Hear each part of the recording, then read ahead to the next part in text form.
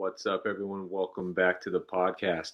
This week we have on Greg Jones. Greg was a two-time All American linebacker from Michigan State, and he's a Super Bowl champ with the New York Giants in 2011. So we actually recorded this podcast in two separate instances with Greg over the course of 2 days or so. So first segment is about 18 minutes, and then we're going to transition into a second segment.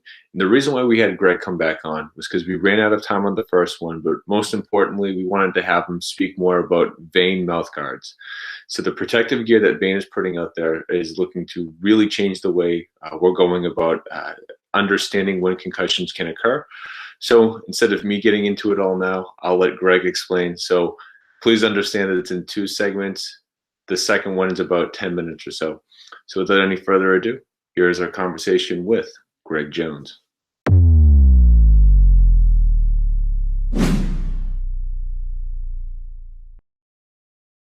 Doing good, man. Doing good. Thanks, guys. I appreciate you guys having me on. And likewise, we appreciate you making the time. In the interest of time, I want to just jump right into it. And, when we look at your football career, of course, that Super Bowl win stands out, as it should. But, we really like to get into everyone's story. So, as Chris had kind of mentioned before we jumped on here, we know that you were a three-star recruit in high school, and you ultimately go to Michigan State. But when I was looking this up, which coach recruited you? Because it looked like when you started, it was right at the end of it was the very beginning, rather, of the Mark D'Antonio era. Did Coach Smith recruit you to go there? By Smith, who do you mean by Smith? In 2006, John Smith was the head coach. So I didn't know. John L. No, John L. didn't recruit me. So John L. I shouldn't say didn't recruit me. He sent the running backs coach in to recruit me, and I said, "There's no way I'm switching to running back." I just flat out said it. I'm not lying. I said, "There's no way." And they're like, "Are you sure?" I'm like, "I'm sure," because I already had Division offers at linebackers, so I'm not about to switch to play running back. That's ridiculous. So I turned it down, and then I've been recruited like hands-on from Coach D since I was a junior. So he used to always, send me letters, and he'll stop by at school and talk to me. And from there, we just always stayed in contact. And then, I said that I wanted to go to Minnesota so that way I could, play in the Big Ten. And then, he said, "You're turning me down, to go to the All America." Is his like favorite joke, which is not true. But I turned him down because I wanted to play in the Big Ten. And so when he got the job and the offer to go to Michigan State, he called. I remember he told me myself, and Garrett Selleck was still with the 49ers right now. So he took us two guys from Cincinnati at the time, and we were part of his first recruiting class. Yeah. Now, you had mentioned you were a two-star recruit, and then teams started to fill in. You became a three-star recruit. Can you talk a little bit about that process of just like how much do the stars actually matter? Because we see guys like J.J. Watt, they're like 2-3 stars, especially for you as a high school kid who clearly you could ball. What was that like coming out, like seeing that you were initially a two-star recruit and then a three-star recruit? You know what, man? I talk about this when I talk to kids. And can you guys hear me okay? Yeah. Yep. Good. Okay, good. All right. So I share this story with the kids a lot. The stars they don't mean a whole lot really at all. I've even known a guy who had a son that was really good, and he flat out told me, he says, I called a guy and I said, "How much?" And he paid him to get started. And now the kid went to Virginia Tech and earned a scholarship, but he paid him. You know what I mean? Like, and I don't know who he paid or whatever. I don't know the details. But what I do know is that, like, if that's what's happening, it's going to continue to happen. No, the stars don't mean anything. I think the work you put in and the film that you put out, I think that is what matters the most. I mean, like you said, I mean, the list goes on. To the guys that like myself with no stars are deemed to have little or no impact, whatever that they read on the star list, that means nothing. That means absolutely nothing. And I will tell you, what you do in person at camps, that does. I don't care who you are or what you do. You have good game film and you have a poor showing in person, that hurts you. But what you do in person at camps, though, that can either hurt you or help you. And if you have good game film, you want to put those two good things together. But yeah, I feel so bad, for guys and that put that bank on these stars and they get nothing from it, or they bank on, or the coaches or the teams bank on these stars, and they're so surprised that these guys are bust. Yeah. So it goes both ways. It's tough to tell a kid don't worry about stars when some people are holding those stars up. But to me, in my opinion, no, they don't mean anything to me. Yeah, right. So, and you proved it because you go there, and as a freshman, you lead the team in tackles. Each year you just ramp up. All conference, end up with 2 All-Americans. Why was it so easy for you to acclimate to the college game the way that you did? And could you also just talk a little bit about Coach D'Antonio, how he came in and really got that program going so that they're, pretty much in it each and every year? Yeah, it was okay. So when I got to Michigan State, I'm pretty much still in for the most part. I didn't really do a whole lot. I didn't go out. I wasn't, I knew what I needed to do to accomplish the goal that I wanted, and that was just to start. And so I realized, and I just told this story to a group of kids today. I realized that there are a lot of guys around me that weren't doing the right things. And I say doing the right things like as it pertains to being a college athlete, like keeping your body clean, showing up and doing what it takes. Those are what I mean. That's what I mean by doing the right things. And I realized a lot of guys weren't doing those. And so to be very honest, I was just more disciplined, than the other guys coming in. So it wasn't going to be before long because I knew that if they continue doing what they're doing and I continue what I'm doing, I'm going to win. You got to stand out as well. Yeah. Yeah. And so in the show, and guys are like, you're not Ty, you're not this, I'm not that. I said, I separated myself and I did it for a long time. And I know what it takes, and I stayed in, I sacrificed. So to acclimate, honestly, you just gotta keep the same mentality. The issue is, guys, like when these young guys get to school, is that they're just like they believe a lot what people told them, right? So they have all these stars, and they're telling them they're gonna go pro in 3 years. None of this is true. They have no money, they have no experience. So like I didn't believe any of it at all. Like when I went against guys that are all these stars, I didn't believe it because they haven't shown me anything, and I haven't shown them anything. So I didn't believe any of that. That's why, I always had the mindset of proving myself every single day, and that was my career. For sure.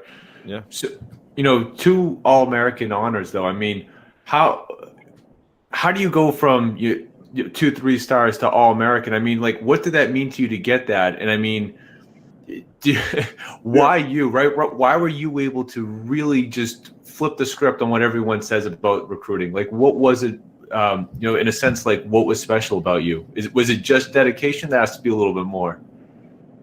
No, it was a little bit more. So like a lot of kids don't look at rosters. So kids will say to me all the time, Coach, I want to play here, here, and here.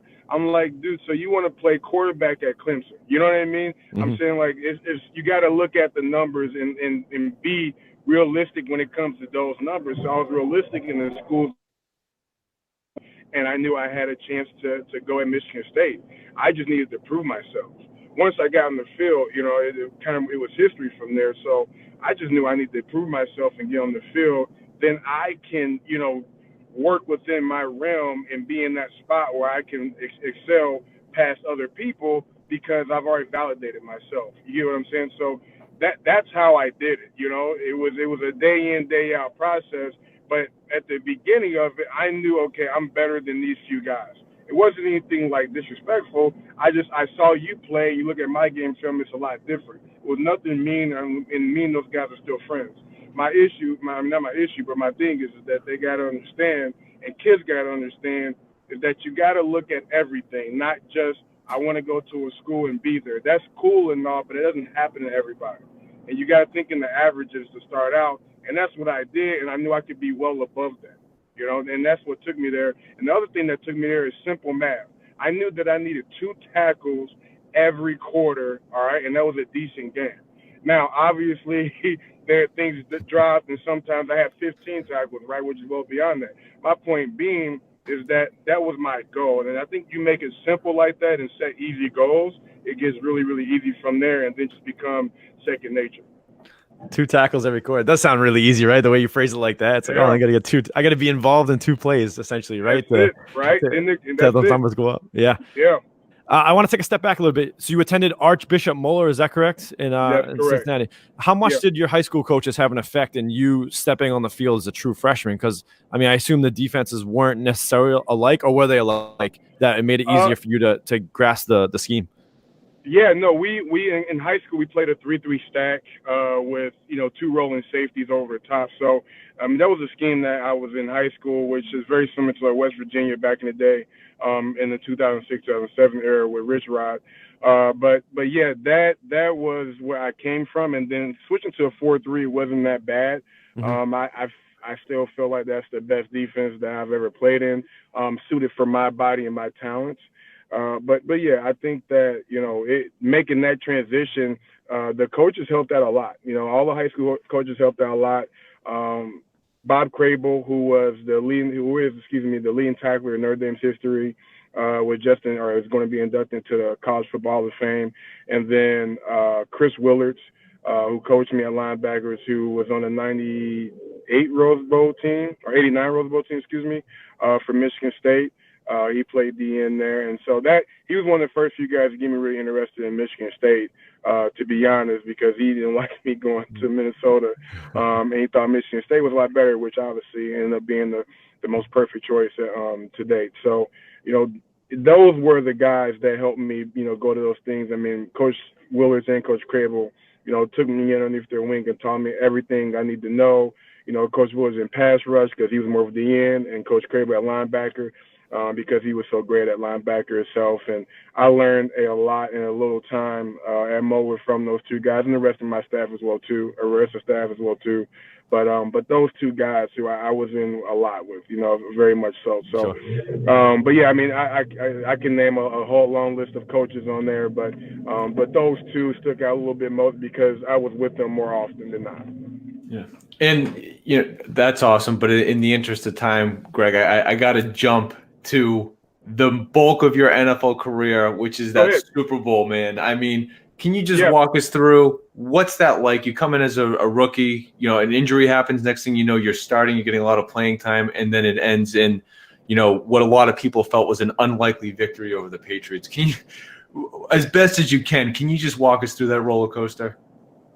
Yeah, dude. I mean, so from the beginning, bro, I don't know if you guys remember, but we were in a 4-game losing streak before we played the Jets in the wild card, or in the last game of the season to make it into a wild card, and we won that game. I actually got in that game on defense and special teams, and so that's where it started. You know what I mean? Our momentum kicked in. It kept growing, kept getting better, kept growing, kept getting better, and then after that, we get to the Super Bowl.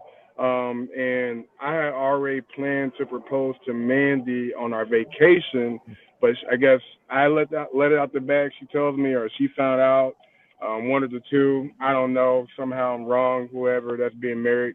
But I just decided I'm going to go for the Super Bowl, and we won. And I gave it to a buddy on the sideline who was on the practice roster at the time, and he held it in his pocket. And we won, and I went to go find her. The funny thing was that as I was chasing him, he was chasing his girlfriend because he just decided to propose as well too. Yeah, man, he's a great friend. So that no, Chris is a good dude. But that's what happened during that time, man. And then from there we had TMZ chasing us, and all these different things. And my wife, at the time when TMZ was just starting, and my wife was super into it, and then got real shy at the end, didn't want to talk on it. And then, we just all the different stuff we had from it. But overall, man, it was just an experience I want to share with my wife and my family, and all my good friends there at the game as well, too. So, but yeah, man, the experience, the roller coaster, all of it, man, I would do it all over again in a heartbeat. That's so cool. Do you have any insights on just how defense wins championships with the way that 4-3, those four guys could just control the line of scrimmage, and how that's how the Giants have always won. Tom Coughlin, any insights as to why that's been so successful, both him and that idea of how to play the game of football? Yeah, the reason why it's successful is because you have a chance every down to load more guys in the box versus the run, and then at the same time you have the opportunity in disguising to put more in coverage, on money downs, third down, fourth and long, or got to convert type of situation. So it's a good defense. You can make it really simple so guys can play fast. Which I think in crucial games, that's all you want to do. But I think the hardest part of that in a defense like that is that if you get a lot of no huddle or a lot of movement from the offense where they're moving pretty fast, and you got big guys like that, you're gonna have to rotate and have a lot of depth. So there's pros and cons to every defense. There's always weaknesses, but I think that's why that's successful to me, in my opinion, being out of that 4-3 front. And then the ability to roll in safeties and roll them out. That's my opinion in layman's terms. Sure, and that makes complete sense to me. But now to this point, right? 1 year into the NFL, Super Bowl.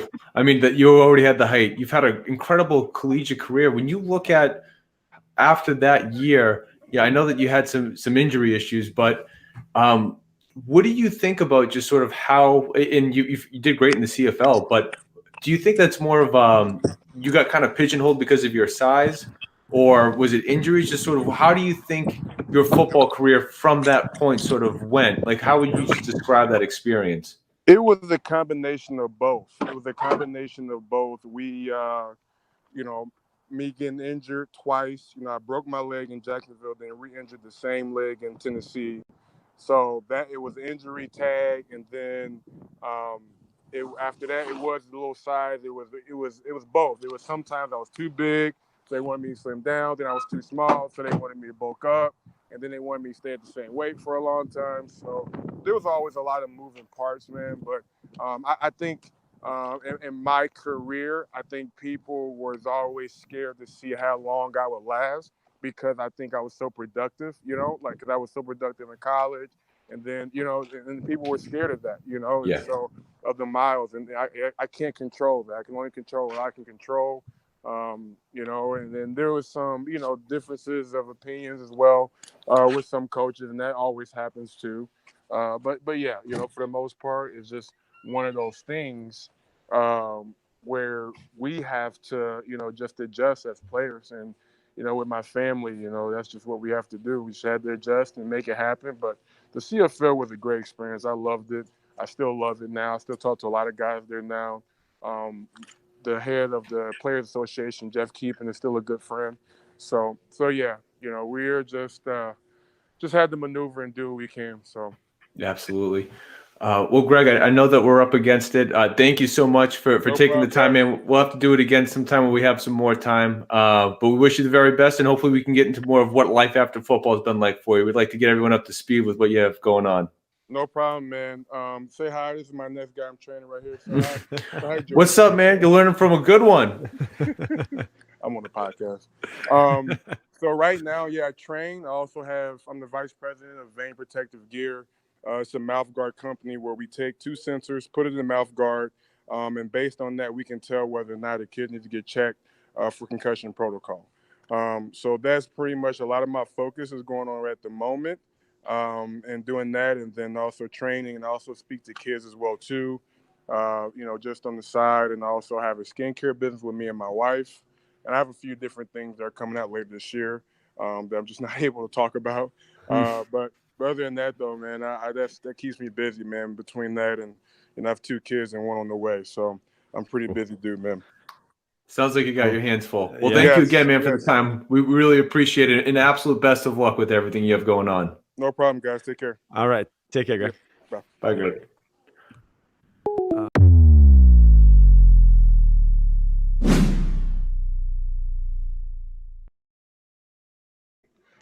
So how I got started with Vane, I was, working with Legacy Football, going out trying to get more sponsorships for that. And I ran into these guys that, say they have this mouth guard that can do all these different things. And I was like, well, I got a facility that I'm at that I have a lot of athletes at, and thousands of athletes. And so, we met and we're still meeting right now, but, they like what I had to say and they offered me a job. They offered me a position as a vice president with equity into the company. And I've been there for now going on almost a year and a half now, and it's going really, really well. We've like anything though, we've had ups and downs, but overall, as a 3-year company, we're just under that $3 million mark as far as what we're worth. I think we're doing okay. I mean, I think we have a lot more to grow, but I think we're doing okay for right now. We still have a lot of things going on, a lot of moving pieces. But yeah, so that's how that got started for me and the company itself and my involvement as the vice president. And also, I'm more really the director of the grassrooting and trying to make sure that we have representation as many places as possible, especially with our new release of our mouthguard coming out soon. So yeah, I mean it's really cool product I think that can help with the early detection of concussions. That's what the mouth guard does. Right. Those two sensors, we just want to make sure that that the athlete needs to get checked. We're not saying that he or she has a concussion. We're just saying please check them out. That's all we're saying. So that way there's no point in time after a game where a kid goes back and he has or she has a grade 3 concussion or something severe, right? We want to eliminate those things. We know that the contact is going to happen. You cannot stop the contact, no matter how many cushions or anything else you put on your body or on the helmet or whatever the case may be. There's going to be contact. There's going to be a lot of hard contact. But when that happens, you need to make sure you have a plan and something that registers so you can see that you need to get checked and avoid the eye test. The issue is that a lot of coaches are doing this eye test thing where like they look, oh, he's okay, he's a tough kid, and then he's throwing up or she's throwing up on the sideline, right? Right. Trying to hide it. And that's what's scary. I have a daughter and I have a son, and that's what scares me. Like I don't want my kids having to go through that or think they have to go through that when there's a safe, easy way to do something. Now I get it. Okay, like there's tight games, there's things that go on. I've been in them, played in them. I get it, but you got to make sure you take care of your body at the end of the day. You have to, and because the sports only last for so long, and you got to live life afterwards, right? So, that's what we're trying to make sure that we help, um, whether it be kids, teenager, adults, weekend warriors, you name it. Our mouth guard can be used for anything, and the aspect that you want to use that for. So our mouth guard is really universal, and we have some other things coming out to assist with that process of making it more universal. Gotcha. So Yep.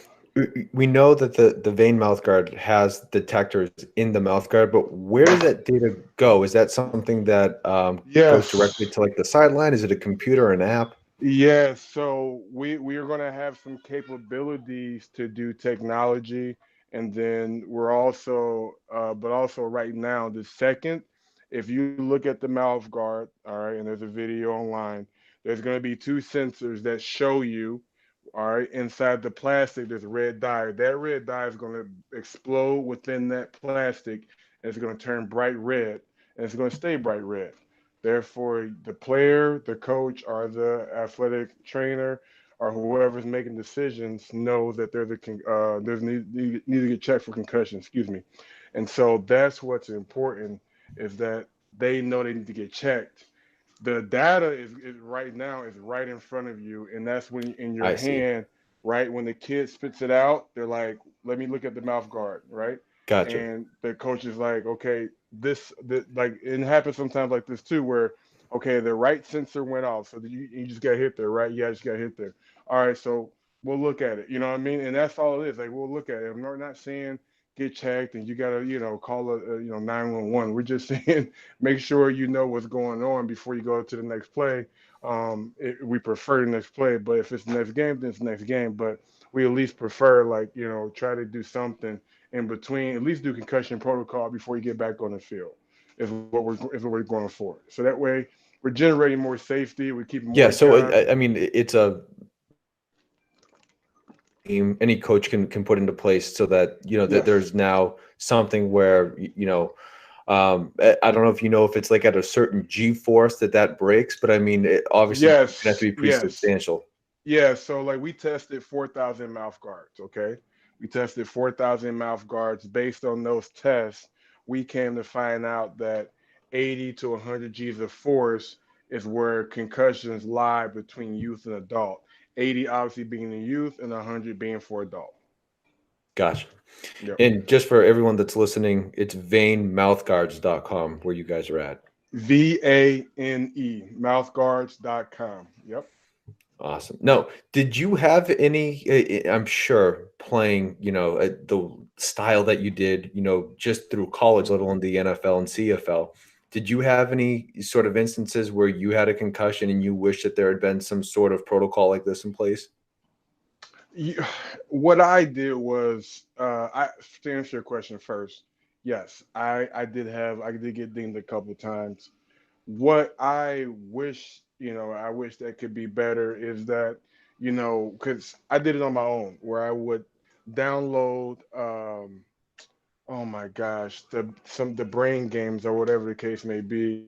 I forgot the name of it though, but it was a really good app. But they have all these different types of brain games for Lumosity. I downloaded Yes. I was Lumosity. trying to think of that too. Right. Yeah, I'll download Lumosity, and I was doing it on my own. So after every game, I was testing my scores compared to last week, right? And I did that all throughout my professional career, and that's what helped me to know whether I was, hey, I got dinged or whatever the case may be. And a lot of times, what I mean, right after, you got the adrenaline going, stuff like that, it would be higher. Then I'll do it again the next morning, like doing rehab, whatever, and it still be pretty high and higher than what I was before. So, I mean, that stuff I did on my own. I think that a lot of players and if active in your sport as an adult, you got to take care of yourself, right? You got to figure out different ways to take care of yourself that are convenient, in a busy schedule like everybody else. So, but yeah, to your point, man, yeah, I mean, I wish we can do that, and not make it so like long and drawn out, and you just do a 10-minute, quiz or test or whatever and be done. You don't got to be there and do these long, drawn out tests. I think that's what the issue is. Got it. Well, obviously, we want to stay up to date with what you guys are doing over there at Vane, because anything that can help, certainly a player, but whether it's a coach or even a parent, just in Mhm. terms of understanding risks and being able to mitigate them and have better sort of protocols in place, is absolutely information we want to get out there. So we're happy to get the message of the mouth guard out there, and I'm sure that you guys have a bunch more in the work. So as you guys are coming out with new things, we will definitely have to make sure that we're able to keep that message out there and make sure that people can hear it and are aware. Yeah, without a doubt. I mean, this message, man, like we're not trying to scare people. We're just trying to let people know that actually the opposite is that we're trying to make contact sports that we love more safe and more fun. And that's what we're trying to do because we're seeing a lot of people leave contact sports to go to less contact sports, right? It's, what I mean? It's still gonna be some contact and some stuff, but they want to go to less contact. And we're like, hey, like football, you can still play football and be safe. You can still play lacrosse or hockey or whatever and be safe. But how you do that, it's up to you, and you have to make sure you have the right equipment. And we really believe our equipment within the mouth guard is going to help keep a lot of families and kids safe. So, and that's really much our message. It's not the first hit that gets you; it's that second and third that adds up. Absolutely. Um, well, I'm glad we were able to connect so that we can get some more of the information on the mouth guard out there so we can sort of complete part one of the podcast. And before you jump, though, I just got to ask about the Hulk. Is that not the most badass superhero that's ever existed? I mean, come on, that's It is my favorite, bro. It is my favorite. This picture, I forgot how I even found this picture, but if you can see, he's actually like the whole picture, he's actually meditating. And so like, oh yeah, yeah. yeah, I couldn't tell. It's awesome. yeah. So like, I'll send it to you when I get the whole one, when I screenshot it. But yeah, dude, it's my favorite. My favorite picture when I used to get bored in class when I first had it in college or whatever, I would try to draw that all the time though. So that's why I end up just sticking with it. A lot of people ask, believe it or not though, people will ask me about that, like especially big time Spartans, will ask me about that all the time. Like, bro, how do I get that picture? So I just sent to them no, but yeah, I love the Incredible Hulk. I mean, he's definitely up there as one of my favorites as far in the superhero world. But yeah, speaking of that, I just saw Captain Marvel today. That was awesome, man. That was a good movie.